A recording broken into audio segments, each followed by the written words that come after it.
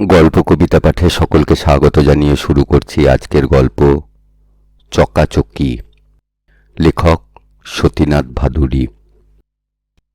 এ আমার শ্রদ্ধাঞ্জলি একটি প্রেমের প্রতি। ধামদাহা হাটের চকাচকি। চকাচকি নামটি আমারই দেওয়া, যদিও সে নাম পরে জেলাশুদ্ধ ছড়িয়ে পড়েছিল। প্রথম দর্শনেই আমার মুখ থেকে বেরিয়ে গিয়েছিল কথাটা, ঠাট্টা করে নয়, ভালোবেসে। হয়তো একটু ঈর্ষাও মেশানো ছিল ওই নামকরণের সঙ্গে। অদ্ভুত অবস্থায় তাদের সঙ্গে আমার প্রথম সাক্ষাৎ। আমার সহকর্মী কানা মুসাফিরলালের সঙ্গে তখন আমি গ্রামে গ্রামে ঘুরে বেড়াই রাজনীতিক কাজের সূত্রে। মুসাফিরলালই আমাকে নিয়ে গিয়েছিল ধামদাহা হাটের দুবেনির কুটিরে। তখন সেখানে ঘোড়ার দড়ি নিয়ে হাসি চেঁচামেচির মধ্যে পুরোদমে টাগ অফ ওয়ার খেলা চলছে। দড়ির একদিকে দুবেজি, অন্যদিকে দুবেনি, আর অবাধ্য ঘোড়াটি। হেই ও জোয়ান বলেই দুবেজি হঠাৎ দড়িটা ছেড়ে দিল। দুবেনি একেবারে চিৎপাত, তবু হাসি থামে না। দুবেজি নির্দোষিতার ভান করে, জানোয়ারেরা শুদ্ধ তোর দিকে, তোর সঙ্গে কি আমি পারি? তাই হার মেনে ছেড়ে দিলাম। দাঁড়াও না, তোমার জানোয়ারগিরি বার করছি। এর জের আরও চলত কিনা জানি না। আমরা গিয়ে পড়াই তখনকার মতো বন্ধ হয়ে গেল। ছাড়পোকা ভরা দড়ির খাটিয়াটি আমাদের জন্য বার করতে ছোটে তারা দুজনে। দুবেনির বয়স তখনই বছর 60, তবু কি সুন্দর দেবী প্রতিমার মতো চেহারা, যেমন রূপ তেমনি গায়ের রং, আর কি আপন করে নেওয়া ব্যবহার। আমার সবচেয়ে অবাক লেগেছিল বিয়ের 50 বছর পরও এই দম্পতি বিয়ের সময়ের মনের উপচে পড়া ভাব বজায় রেখেছে দেখে। তাই নাম দিয়েছিলাম চকাচকি। বিশ্বনিন্দুক মুসাফিরলালের পছন্দ হয়নি নামটি। কুটিলতায় ভরা তার ভালো চোখটি একটু টিপে ঠোঁটের কোণে একটা ইঙ্গিতের ছাপ ফুটিয়ে তুলে সে বলেছিল, চকাচকি না বলে চড়ুই চড়ুইনি বলুন এদের। 3 কাল গিয়ে 1 কালে ঠেকেছে বুড়ির, এখনো কি ছমক, ছেঁদো কথার কি বাঁধুনি। দেখেন না, নেচে চলে, ফুরুত ফুরুত করে উড়ে বেড়াতে চায় চড়ুই পাখির মতো। এ গাঁয়ের বুড়োদের কাছ থেকে শোনা যে একটা লোটা আর এই দুবেনিকে সম্বল করে 40 বছর আগে দুবেজি যখন এখানে প্রথম এসেছিল রোজগারের ধান্দায়, তখন এই হাটের মালিক বিনা সেলামিতে বাজারের মধ্যে ঘর তুলবার জন্য জমি দিয়েছিল শুধু দুবেনির কোমরের লচক দেখে। সে বয়সে দুবেনি। মুসাফিরলালকে থামিয়ে দিই। জানি তো তাকে, দুবেনির সম্বন্ধে অসুরে কথা বলা আমার খারাপ লাগছিল। সব জিনিসে সে খারাপের গন্ধ পায়। এরপর কতবার যে তাদের বাড়িতে গিয়েছি তার ঠিক নেই। না গিয়ে কি নিস্তার ছিল? ওদিকে গিয়েও তাদের বাড়িতে যায়নি জানতে পারলে চকাচকি দুঃখিত হতো। শুধু আমি নই, এ অঞ্চলের প্রত্যেক রাজনীতিক কর্মীর বেলায়ই ওই এক নিয়ম। দল নিরপেক্ষভাবে তার কুঁড়েতে যা জুটবে 4টি না খেলে রক্ষা নেই। না খাওয়ার রকম সকম দেখলে অতিথির কাপড় গামছার ঝুলিটি ছোঁ মেরে তুলে নিয়ে গিয়ে দুবেনি রাখবে রান্নাঘরে। যদি কোনোদিন বলেছি অমুক গ্রাম থেকে এখনই খেয়ে আসছি, আজ আর খাবো না, অমনি দুবেজি অভিমান করে অন্যদিকে মুখ ফিরিয়ে বসে থাকবে। কিন্তু দুবেনি চুপ করে থাকবার পাত্রী নয়। বেতো টাট্টু ঘোড়াটার পিঠ থেকে চটের বোড়াটা সে নেয় বাঁ হাতে, আর ডান হাত দিয়ে আমাকে ধরে টানতে টানতে উঠোনের মধ্যে নিয়ে গিয়ে হুকুম করে, বসো এই বোড়াটার উপর, বসে বসে দেখো আমি কেমন করে রুটি সেঁকি। তারপর দুবেজিকে লক্ষ্য করে বলে, মরদ দেখো। মান করে অন্যদিকে মুখ ফিরিয়ে বসে রইলেন। থাকো, সবাই কি আর দুবেনি যে তোমার মানের কদর দেবে? কতক্ষণ আর কথা না বলে থাকে দুবেজি। রাতবার সময় মেলা বকিস না বুঝলি, মুখের থুতু ছিটকে অতিথির রুটির উপর পড়বে। থামো থামো, অত আর থুতু ছিটকই না। এ কি তোমাদের মতো খৈনি গোঁজা মুখ যে কথা বললে থুতুর ভয়ে বাগ পালাবে? বুঝলে বাবুজি, আমি এক এক সময় বুড়োকে বলি যে আমার সম্মুখে বসে বাজে বকবক না করে যদি সে হাটের মালিকের তরকারির খেতে বসে আকাশের সঙ্গে কথা বলে, তাহলে শাকসবজির পোকামাকড় দু চারটে মরে তামাক গোলা থুতুতে। তা কি শুনবে? যত গল্প ওর আমারই কাছে। নিজেরা না খেয়ে আমাদের খাওয়াতে দেখে একদিন আমি জিজ্ঞাসা করেছিলাম, কেন তারা এত কষ্ট স্বীকার করে আমাদের জন্য? জবাব দিয়েছিল, আপনাদের সেবা করলে রামজি খুশি হবেন। তাঁকে খুশি করতে না পারলে আমাদের পাপ খণ্ডন হবে কি করে? এমন সরল নিষ্পাপ দম্পতিও পাপের ভয়ে আকুল। তাই রাজনীতি নিয়ে মাথা না ঘামিয়েও রাজনীতিক কর্মীদের জন্য নিজেদের যথাসর্বস্ব খরচ করে দেয়। শুনে আমার আশ্চর্য লেগেছিল, কিন্তু বিস্ময়ের অবধি রইল না যখন চকাচকি জেলে যাবার হুজুগ তুলল। তখন একটি রাজনীতিক আন্দোলনে জেলে যাবার হিড়িক উঠেছে দেশে। ঠাট্টা করে তাদের বলি, ভেবেছ যে জেলে গিয়েও তোমরা একসঙ্গে থাকবে? সে গুড়ে বালি। দুবেনীকে যে পাঠিয়ে দেবে মতিহারির মেয়েদের জেলে। রামজির মনে যা আছে তা তো হবেই, একগাল হেসে জবাব দিয়েছিল দুবেজি। রামজির মনে কি ছিল তিনিই জানেন। হিসাব গুলিয়ে দিল থানার দারোগা। দুবেনীকে যথাসময়ে পুলিশ জেলে ধরে নিয়ে গেল, কিন্তু ৭২ বুড়ো বলে দুবেকে গ্রেপ্তার করতে বারণ করলেন দারোগা সাহেব। সে পরিচিত প্রত্যেকের দুয়ারে গিয়ে মাথা কোটে দারোগা সাহেবের কাছে একটু তদবির করে তাকে গ্রেপ্তার করিয়ে দেবার জন্য। কিছুতেই কিছু হলো না।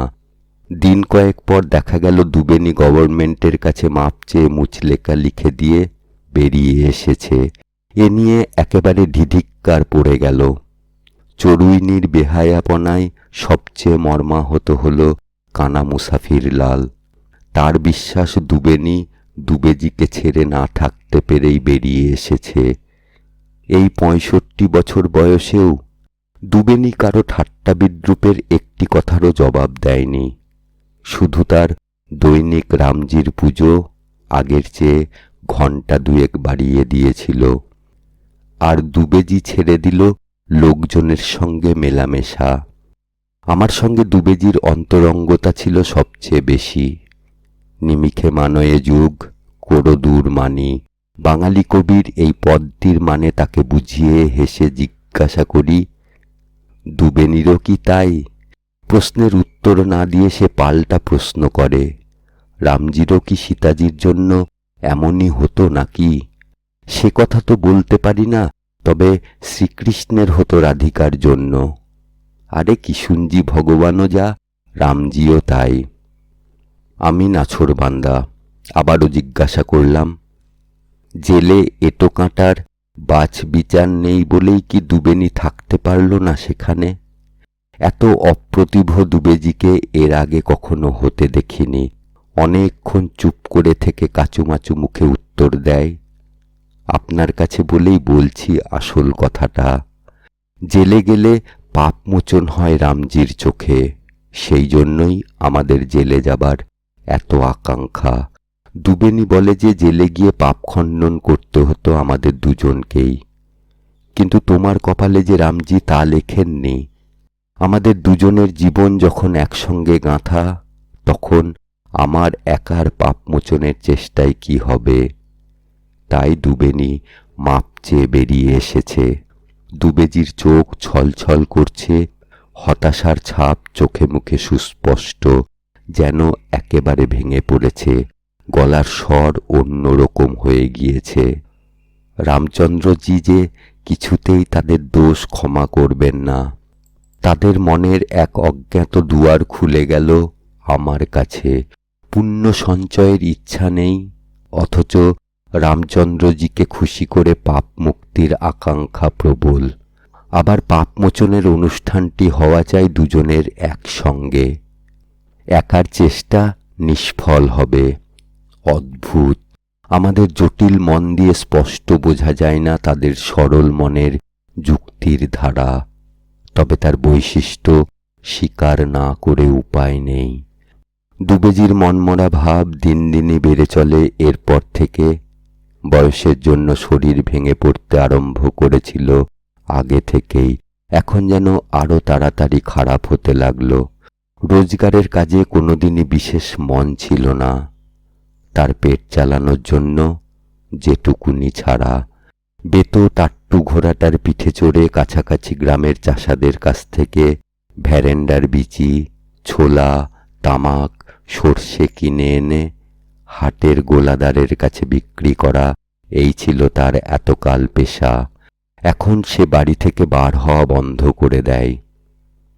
গোলাদারকে বলে দিল যে এই বয়সে ঘোড়ায় চড়ে বেরুনো আমার সামর্থ্যে কুলোয় না।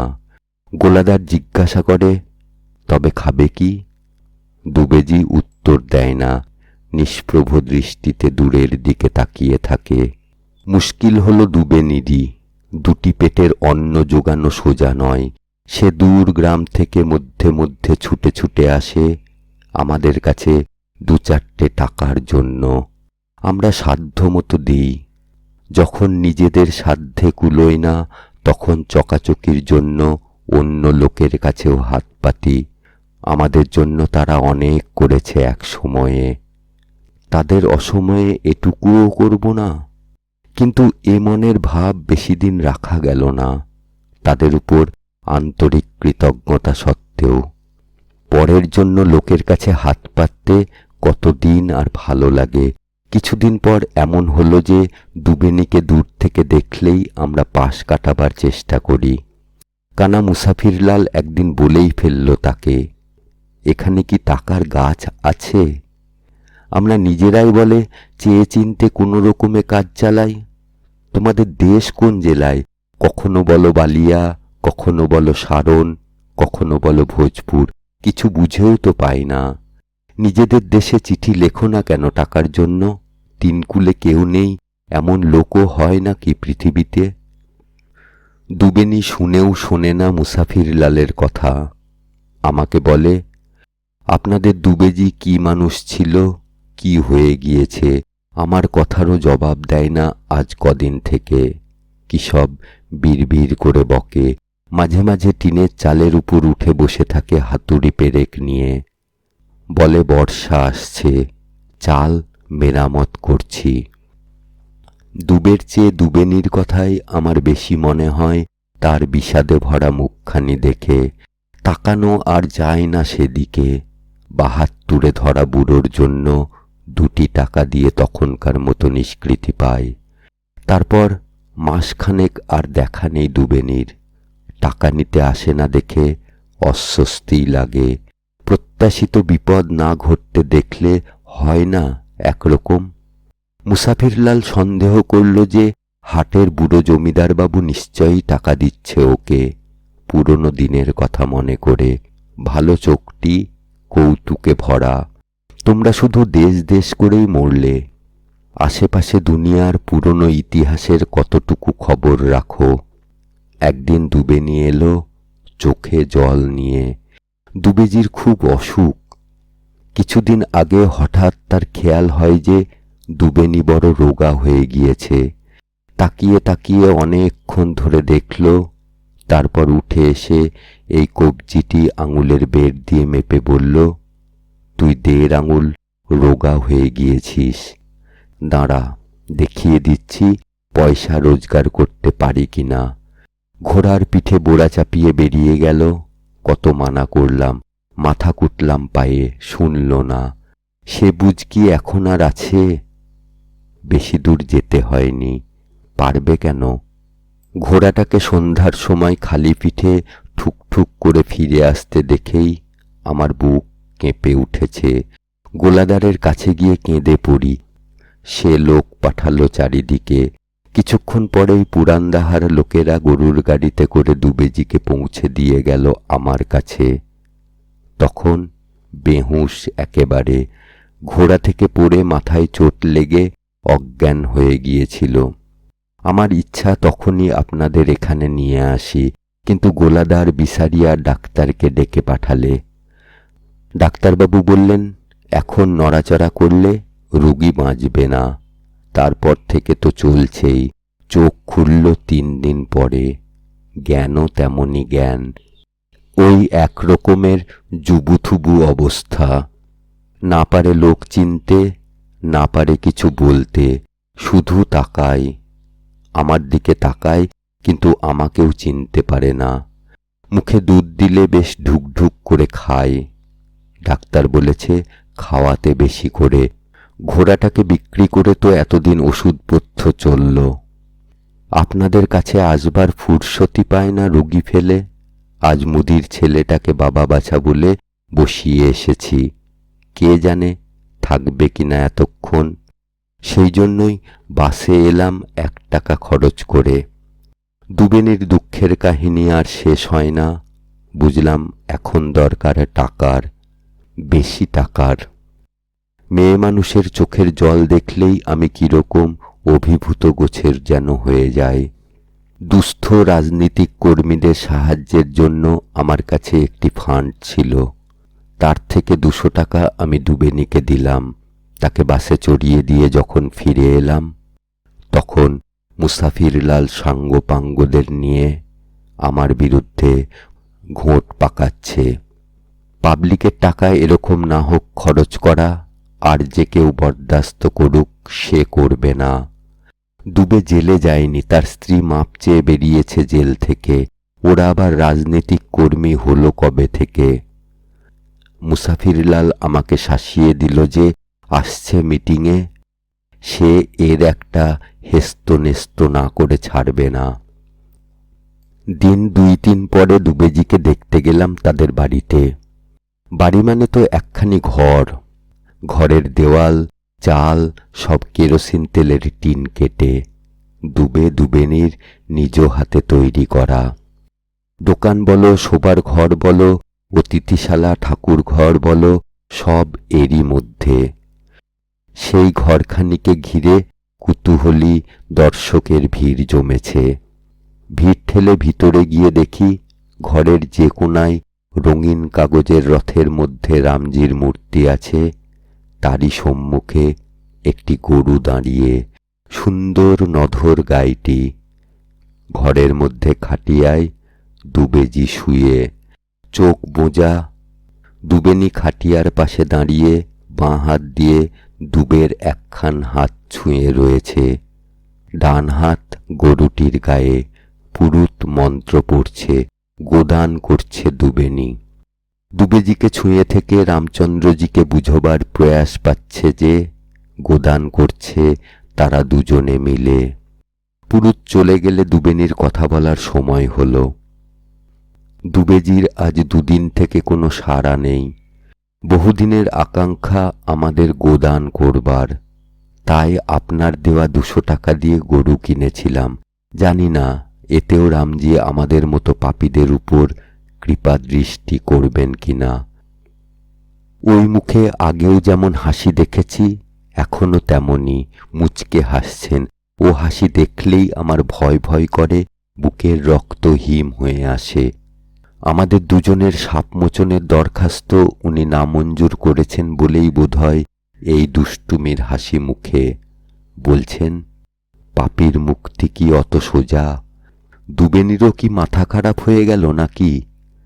পাপমোচনের চেষ্টা এদের একটা বাতিকের মতো দাঁড়িয়ে গিয়েছে। টাকা দিলাম ওষুধপথ্যর জন্য, খরচ করে দিল গোদানে। আমারই ভুল, নগদ টাকা না দিয়ে ওষুধপথ্য কিনে দেওয়া উচিত ছিল। এদের মনের নাগাল পাওয়া দায়। দুবেজিকে ওই অবস্থায় ফেলে চলে আসতে মন সরল না। থেকে গেলাম সেখানে সেদিন। বুঝলাম যে দুবেজির আর দেরি নেই। সে রাত্রে আমি দুবেজির মাথার কাছে পাখা হাতে বসে ঢুলছি। আমি থাকায় দুবেনি একটু মনে বল পেয়েছে। সে হাত জোর করে বসে আছে রামজির রথের সম্মুখে, ধ্যান করছে চোখ বুজে। পাপীদের দরখাস্ত নামঞ্জুর করা হাসিটি পাছে চোখে পড়বে ভেবে চোখ খুলতে সাহস পায় না। নিশুতি রাতের নিস্তব্ধতা হঠাৎ ভঙ্গ হল কেরোসিন টিন দিয়ে তৈরি ছাপ্পড়ের উপর বৃষ্টি পড়ার শব্দতে। রামজিকে প্রণাম করে দুবেনি উঠে এলো। খাটিয়ার উপর জল পড়ছে কিনা দেখতে। বৃষ্টি পড়বার সময় খাটিয়া মধ্যে মধ্যে সরাতে হয়। এখন বাবুজি আছে, দুজন লোক না হলে খাটিয়া সরানো যায় না। তখন মাটির ভাঁড় রাখতে হয় খাটিয়ার উপর। ভাগ্যিস ও পাগল কদিন থেকে বেহুঁশ হয়ে আছে, নইলে এই রাত দুপুরেই হয়তো বাতি কুটত হাতুড়ি পেরেক নিয়ে চালের উপর উঠবার। খাটিয়া সরানো হলো। কুপির মৃদু আলোতেও বোঝা গেল দুবেনি কাঁদছে। বাবুজি, বিপদের সময় তুমি যা করেছ সে ঋণ আমাদের গায়ের চামড়া দিয়ে তোমার পায়ের জুতো তৈরি করে দিলেও শোধ হবার নয়। আচমকা এই অলংকার বহুল কৃতজ্ঞতা নিবেদনে অস্বস্তি বোধ করতে লাগলাম। এ তো দুবেনির স্বাভাবিক ভাষা নয়, অথচ কান্নার ফাঁক দিয়ে স্বতঃস্ফূর্তভাবে বেরিয়ে আসা কথা। এতক্ষণ ধরে জপে বসেও সে নিজের মনকে শান্ত করতে পারেনি। ঝড় বয়ে চলেছে মনের মধ্যে তার।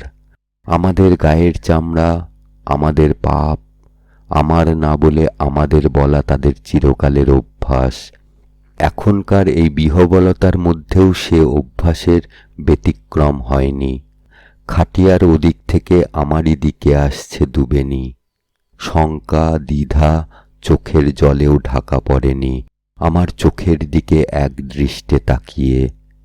দ্বিধা কাটিয়ে চোখের জল ছাপিয়ে আকুল মিনতি ফুটে উঠল সে চাউনিতে। বলতে চাই কিছু, অনুরোধ জানাতে চাই। বলো বলো, ভয় কি? আশ্বাসের ইঙ্গিত জানাই। তবু বলতে কি পারে? সব কথা কি বলা যায় সকলকে? অচৈতন্য দুবের দিকে আবার একবার দেখে নিল দুবেনি।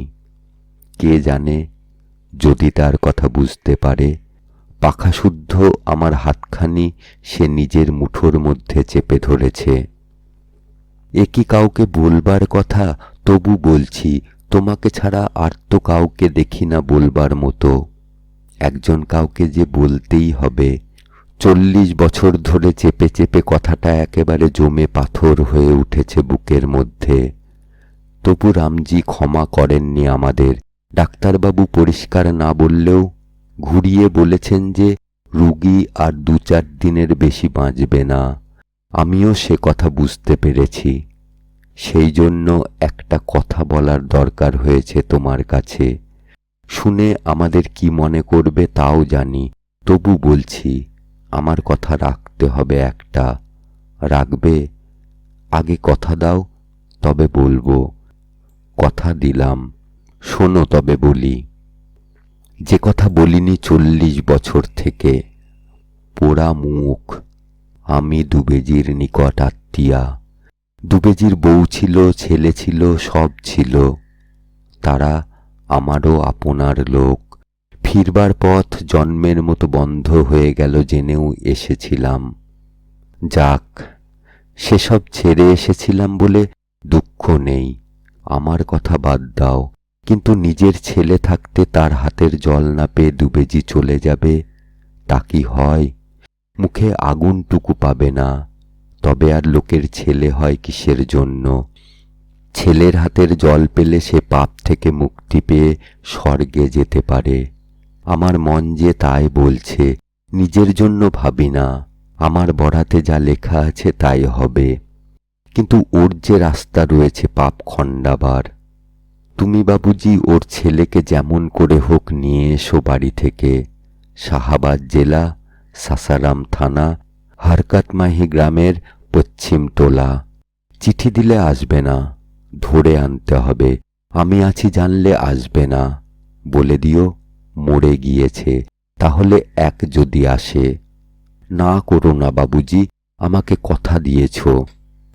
সাংসারিক জীবনের সাথেও থাকি না, পাঁচেও থাকি না, তবু জড়িয়ে পড়লাম এদের নিভৃত পারিবারিক জীবনের সঙ্গে। দিন তিনেক পরে শাহাবাদ জেলার এক গ্রামে গিয়ে দুবেজির ছেলের সঙ্গে দেখা করলাম। নাতিপুতিওয়ালা, ঘোর সংসারী লোক। বাবা মৃত্যুশয্যায় শুনেও আমলি দিতে চায় না প্রথমটাই। রুক্ষ মেজাজ। তার মা বেঁচে আছেন কিনা জিজ্ঞেস করায় রুক্ষ স্বরে জানিয়ে দিল যে তিনি ৩৫ বছর আগে স্বর্গে গিয়েছেন। স্পষ্ট বুঝিয়ে দিল যে তাদের বাড়ির জেনানাদের সম্বন্ধে বাইরের লোকের কৌতূহল সে পছন্দ করে না। বাবার কথা তার মনে নেই, তাই তাকে নিয়েও মাথা ঘামাতে চায় না। বুঝলাম যে এতদিনকার ভুলে যাওয়া পারিবারিক কলঙ্কটাকে নিয়ে সে আর ঘাঁটাঘাঁটি করতে চাচ্ছে না। তাদের সেই আত্মীয়াটি মারা গিয়েছে, এই মিথ্যা সংবাদটি পেয়েও তার মন ভিজল না। তখন আমি অন্য রাস্তা নিলাম। দুবেজি সেখানে একজন মস্ত লিডার। এ খবর শুনে একটু যেন তার উদাসীনতা কাটল। তখন ছাড়লাম ব্রহ্মাস্ত্র। দুবেজি সেখানে বাড়ি ঘরদোর করেছে, বাজারের উপর দোকান। তুমি না গেলে সেসব সাধভূতে লুটেপুটে খাবে। সেগুলো বিক্রি করে আসবার জন্যও তো তোমার যাওয়া দরকার। বাড়ি কি খাপড়ার না টিনের? মিথ্যা বলিনি। বাড়ি যে কেরোসিনের টিন দিয়ে তৈরি, শুধু সেই কথাটি খুলে বললাম না। এই ওষুধেই কাজ হলো। তাকে সঙ্গে নিয়ে এক সন্ধ্যায় যখন ধামদাহা হাটে পৌঁছলাম, তখন দুবেজির শবদেহ বার হচ্ছে। কানা মুসাফিরলালের ব্যবস্থা ত্রুটিহীন। আশেপাশের গ্রামের রাজনৈতিক কর্মীদের সে ডাকিয়ে এনেছে। বিস্তর লোক জমেছে। নিশান, শোভাযাত্রা, অ্যাসিটিলিন আলো, যেমন হওয়া উচিত তার চেয়েও অনেক বেশি। আমাদের দেখেই মুসাফিরলাল এগিয়ে এলো। তাকে আলাদা দূরে নিয়ে গিয়ে বলে দিলাম যে এ হচ্ছে দুবেজির ছেলে। তাকে যেন কিছু গোলমেলে কথা না জিজ্ঞাসা করা হয়। ছেলে? মুসাফিরলাল অবাক হয়ে গেল। তারপর চাপা গলায় আমাকে শোনালো দুবেজির মৃত্যুর চেয়েও চাঞ্চল্যকর খবর। দুবেনি পালিয়েছে। আমি এখানে এসেছিলাম পরশু রাত্রে তোমার খোঁজে। তখনও দুবেনি ছিল। আমাকে রুগীর কাছে বসিয়ে সে একটা ছুতো করে বাইরে যায়, আর ফেরেনি। বুঝলে ব্যাপারটা? বিদেশে এককানা করিও না নিয়ে যে রোজগারের ধান্দায় আসে, সে কি কখনো বউকে সঙ্গে করে নিয়ে আসে প্রথমেই? এসে মাথা গুঁজবার মতো একটা জায়গা করে নিয়ে তবে না লোকে বউ আনে? আমি চিরকাল বলেছি। তার কথা শেষ পর্যন্ত শোনবার উৎসাহ তখন আমার নেই। বুঝলাম যে মুসাফিরলাল এখানে আসায় দুবেনি হাতে স্বর্গ পেয়েছিল। সে না এলে রুগীকে একেবারে একা ফেলে বোধহয় দুবেনি পালাতে পারত না। মুসাফিরলাল এখনো বোধহয় ভাবছে যে সে পালিয়েছে রুগীর সেবা করতে করতে বিরক্ত হয়ে। কিন্তু আমি তো জানি, দুবেকে মৃত্যুশয্যায় ফেলে চলে যাবার সময় তার বুক ফেটে গিয়েছে। তবু নিজেকে নিশ্চিহ্ন করে মুছে ফেলে দিয়ে সে দুবের একার পাপ মোচনের ব্যবস্থা করে গিয়েছে। একটি ছোট্ট নদীর ধারে শ্মশান ঘাট।